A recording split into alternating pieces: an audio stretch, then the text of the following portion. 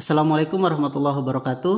Jumpa lagi dalam kuliah kepelautan dengan topik Risk Analysis and Risk Assessment atau analisis dan penilaian terhadap risiko, khususnya dalam melakukan kegiatan pelayaran.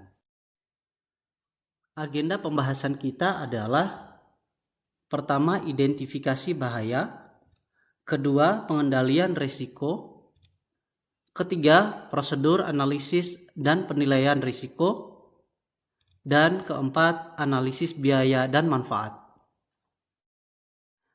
Secara umum, analisis dan penilaian risiko dirumuskan sebagai R sama dengan C kali P, di mana C adalah konsekuensi atau akibat dan P adalah probabilitas terjadinya bahaya atau kecelakaan sebagai fungsi dari berbagai parameter seperti faktor kesalahan manusia, faktor operasional, faktor manajemen, faktor teknik, dan waktu. Risiko ditampilkan dalam grafik hubungan antara probabilitas dan frekuensi, di mana ada area yang dapat diabaikan, ada area yang masih bisa ditoleransi, dan ada area yang tidak bisa ditoleransi. Nah, bahaya berada pada area yang tidak bisa ditoleransi tersebut. Juga risiko ditampilkan dalam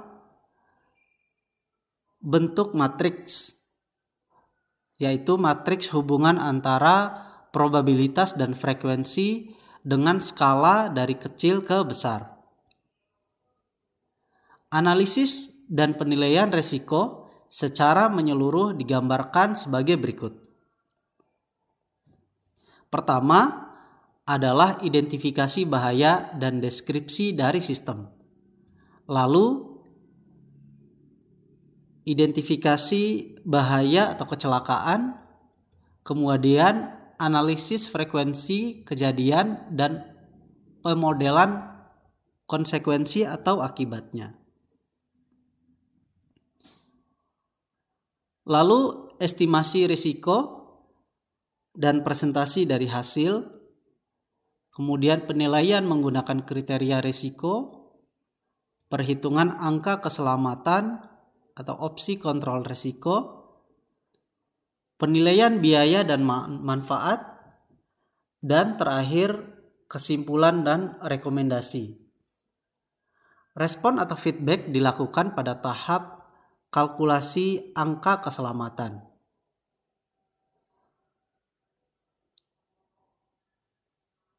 Tahap identifikasi hingga estimasi merupakan analisis risiko, sedangkan keseluruhannya adalah penilaian terhadap risiko.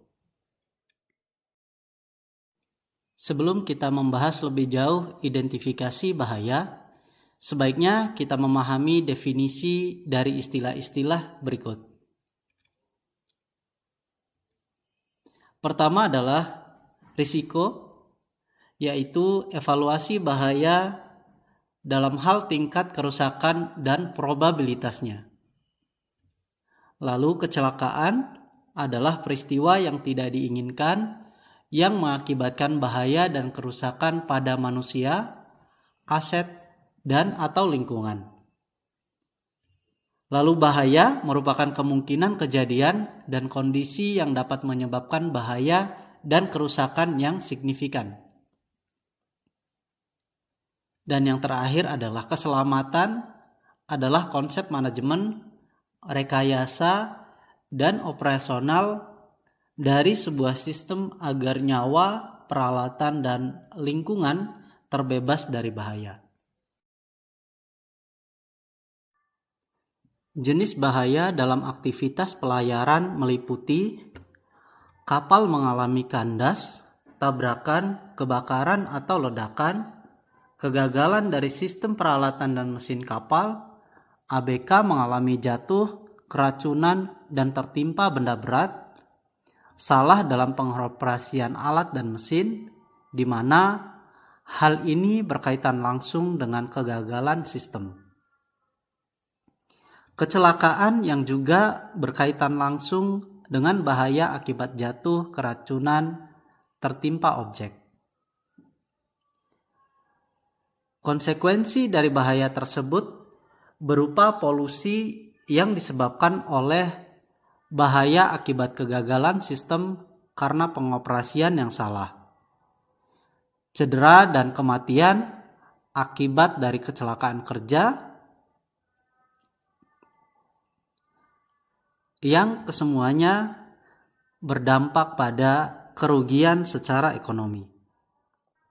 Pengendalian terhadap risiko dilakukan menggunakan aturan serta regulasi terkait keselamatan, yang terdiri dari aturan dan regulasi internasional, di mana pemberlakuannya didasarkan pada ratifikasi konvensi melalui keputusan Presiden. Yang kedua adalah aturan dan regulasi nasional yang diatur melalui undang-undang dan peraturan pemerintah. Konvensi internasional yang mengatur keselamatan di laut tertuang dalam Konvensi Internasional Maritime Organization atau IMO, yaitu lembaga yang bernaung di bawah PBB. Safety of Life at Sea atau SOLAS 1974, International Convention on Load Line 1966, International Convention on Standard of Training, Certification and Watchkeeping for Seafarers (STCW), Convention for the Prevention of Pollution from Ship (MARPOL 1973), International Management Code for Safe Operation and Pollution Prevention (ISM),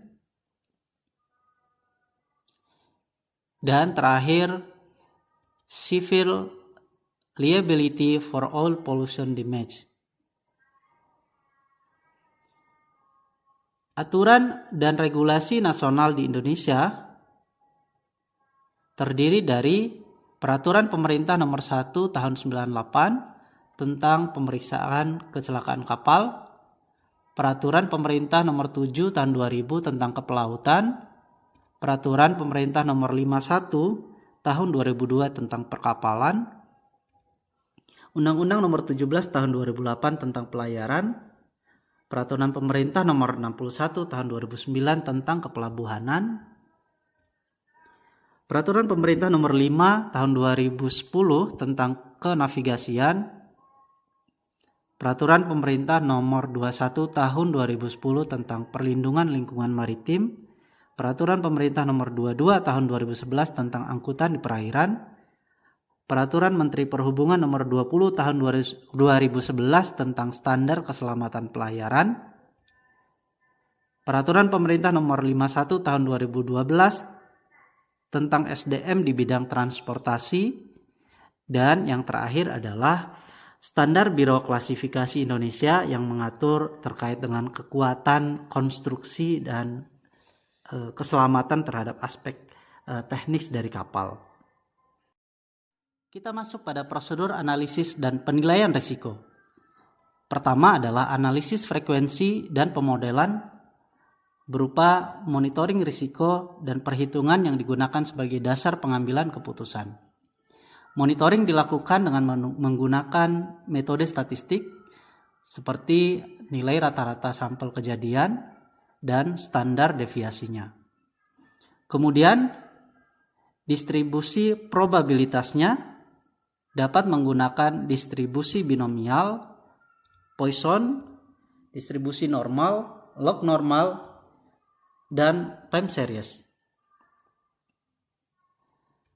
Pengambilan keputusan berdasarkan pada perhitungan tingkat frekuensi kecelakaan dan tingkat keparahan dari kecelakaan tersebut. Formulanya adalah untuk tingkat frekuensi kecelakaan, AFR sama dengan DI per MP EMP dikali AH lalu dikalikan dengan S faktor skala. Nah, DI adalah angka kecelakaan per tahun, EMP adalah jumlah pekerja, AH adalah rata-rata jam kerja tahunan per orang yang dihitung dari 40 jam per pekan dikali 50 pekan per tahun sama dengan 2000 jam per tahun. Lalu S adalah faktor skala, yaitu sebesar 200.000 jam kerja per tahun. Kemudian tingkat keparahan kecelakaan dihitung dengan formula ASR sama dengan LWD dibagi EMP kali H dikali S, di mana LWD adalah akumulasi hari kerja yang hilang per tahun. Analisis risiko dilakukan menggunakan berbagai metode. Metode tersebut antara lain Preliminary Hazard Analysis (PHA) dengan urutan sebagai berikut. Pertama, menentukan elemen bahaya, contohnya yaitu kapal bergantung pada kondisi daya apungnya. Lalu, kondisi pemicu pertama dalam hal ini adalah kompartemen yang tidak kedap air. Kondisi bahaya berupa masuknya air laut pada bagian tersebut dalam volume besar dan tidak terkontrol. Kondisi pemicu kedua yaitu volume air yang berat berpotensi menyebabkan kecelakaan di mana kapal bertambah berat sehingga permukaan air laut berada di atas garis air kapal. Efeknya adalah kerusakan lingkungan serta kehilangan kapal dan muatan karena tenggelam. Dan terakhir adalah langkah perbaikan dengan meningkatkan kekedapan pada kompartemen kapal.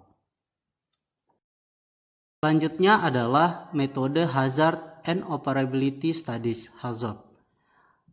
Dengan langkah awal berupa deskripsi sistem, dalam hal ini yang ditinjau adalah control pitch propeller, di mana propeller berfungsi mengubah energi rotasi lalu ditransmisikan melalui poros baling-baling. Gaya dorong dihasilkan dari perbedaan tekanan pada sisi bilah baling-baling kapal. Lalu menentukan bagian, mencari kerusakan menggunakan guide word, misalnya no pitch berarti tidak ada energi rotasi yang disalurkan. Mencari penyebab kerusakan, misalnya kesalahan desain propeller, maka solusinya adalah melakukan validasi desain propeller. Lalu kalau misalnya masalah korosi maupun kavitasi, maka solusinya adalah memasang cathodic protection. Dan terakhir mengambil kesimpulan, lalu diulangi untuk setiap elemen. Lalu metode Failure Mode Effect and Criticality Analysis (FMECA). Pertama, deskripsi komponen berupa fungsi, di mana fungsi propeller adalah sebagai pendorong kapal dan mode operasinya yaitu operasi normal. Lalu deskripsi kegagalan berupa mode kegagalan, di mana di contoh ini adalah propeller tersebut berhenti. Penyebabnya karena tidak ada umpan atau aliran bahan bakar sehingga mengurangi kecepatan. Pendeteksian dilakukan dengan mendengarkan suara. Lalu efek kegagalan berupa terjadinya overload pada gear di subsistem, lalu mengurangi kinerja pada sistem sehingga terjadi pengurangan kecepatan.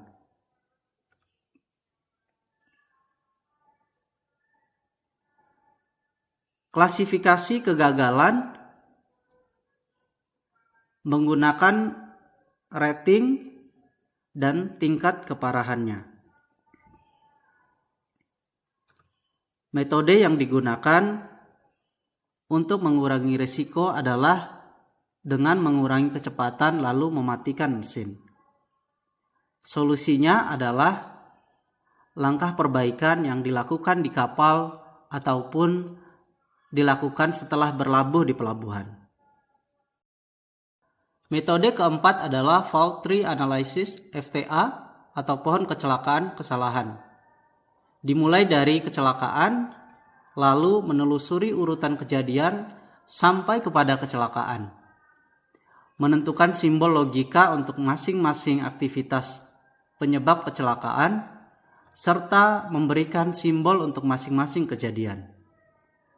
Lalu terakhir, merangkai ke dalam pohon kecelakaan. Metode terakhir adalah Event Tree Analysis (ETA). Pertama adalah menentukan akar masalah, sistem yang cocok dan peluang atau tingkat kegagalan. Lalu membuat pohon kejadian awal dengan menyertakan masalah dan peluang terjadinya. Selanjutnya menentukan bobot dan urutan kejadian. Lalu menyusun kembali dalam pohon kejadian. Dari pohon kejadian tersebut dapat ditelusuri alur kejadian dan penyebab yang dominan sehingga terjadi sebuah kecelakaan atau kegagalan daripada sistem. Kita masuk pada pembahasan terakhir, yaitu analisis biaya dan manfaat menggunakan metode Cost Benefit Analysis (CBA) dengan urutan sebagai berikut. Pertama, identifikasi keselamatan atau pengurangan angka risiko.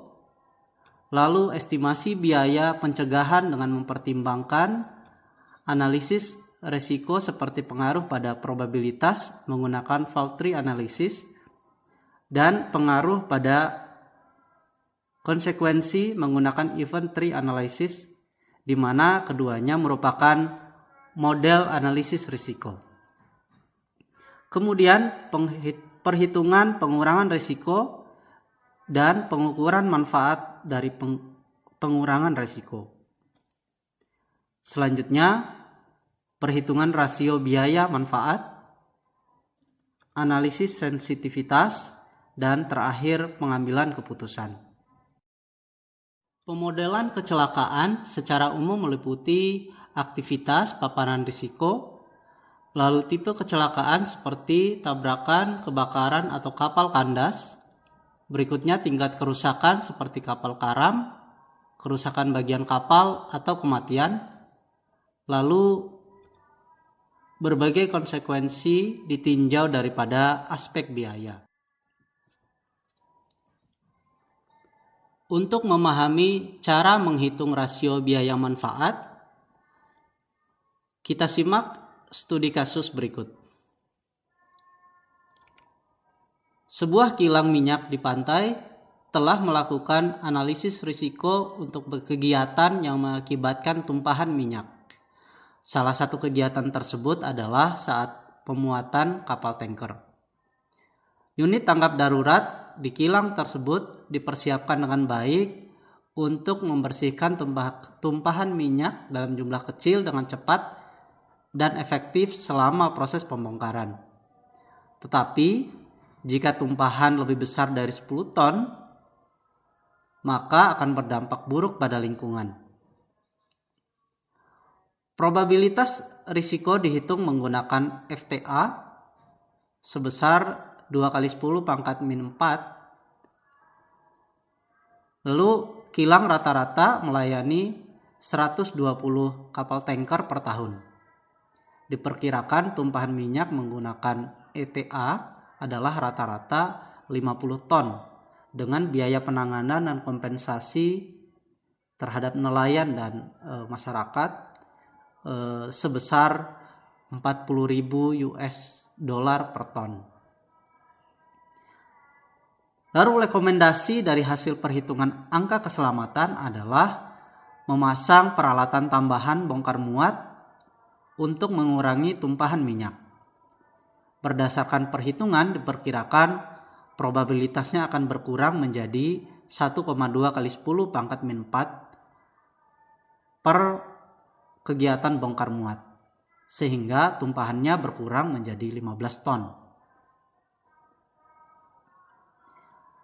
Nah, biaya pemasangan alat tersebut adalah sebesar $750.000 dengan umur penggunaan 12 tahun. Setelah dihitung, diperoleh pengurangan biaya sebesar $20.000 per tahun. Sudah termasuk biaya perawatan alat. Nah, kemudian pertanyaannya adalah berapa rasio biaya manfaat dengan asumsi kenaikan suku bunga 5% per tahun? Solusinya adalah pertama, kita menghitung resiko mula-mula dengan menggunakan rumus R0 C kali P. Angka-angkanya adalah 50 ton ya. Tumpahannya dikalikan dengan 40.000 yaitu biaya penanganan dan kompensasi 40.000 US dollar, lalu dikalikan dengan probabilitas risiko. Ini risiko mula-mula sebelum dipasang alat. Lalu kemudian dikalikan dengan jumlah operasional ya, sejumlah 120 kapal tanker. Sehingga dihasilkan angka sebesar 40.000 US dollar per tahun. Nah, berikutnya kita hitung resiko setelah pemasangan alat, yaitu R1 sama dengan C kali P, sama prosesnya, di mana tumpahannya adalah 15 ton, kompensasi adalah 40.000 US dollar sama dengan sebelumnya, lalu probabilitasnya berkurang ya, 1,2 itu kali 10 pangkat min 4 dan 120 kapal tanker atau 120 kali operasi bongkar muat. Sehingga hasilnya adalah 8.640 US dollar per tahun. Jadi ada keuntungan, yaitu selisih antara resiko mula-mula dengan resiko setelah pemasangan alat. Selisihnya adalah 48.000 US dollar dikurangi 8.640 US dollar. Didapatkan keuntungan 39.360 US dollar per tahun. Nah, selanjutnya kita hitung net present value maksud saya, di mana F-nya adalah keuntungan dikalikan dengan menggunakan formula itu, di mana 0,05 adalah kenaikan suku bunga dan 12 adalah masa penggunaan atau pengoperasian alat, yaitu 12 tahun. Sehingga dihasilkan 438.340 US dollar. Kemudian present value atau biaya pemasangan yaitu 750.000 dikurangi pengurangan biaya yaitu 20.000 US dollar. Kemudian dikalikan dengan formula seperti NPV, di mana 5% adalah 0,05, lalu 12 adalah 12 tahun ya masa penggunaan. Sehingga diperoleh present value-nya adalah 527.266 US dollar. Nah, terakhir adalah menghitung rasio biaya manfaat, di mana formulanya adalah C per B sama dengan PC per PB, sehingga diperoleh hasil sebesar 1,2. Demikian kuliah online kita kali ini. Pembahasan ini menggunakan referensi dari Christiansen. Terima kasih dan wassalamualaikum warahmatullahi wabarakatuh.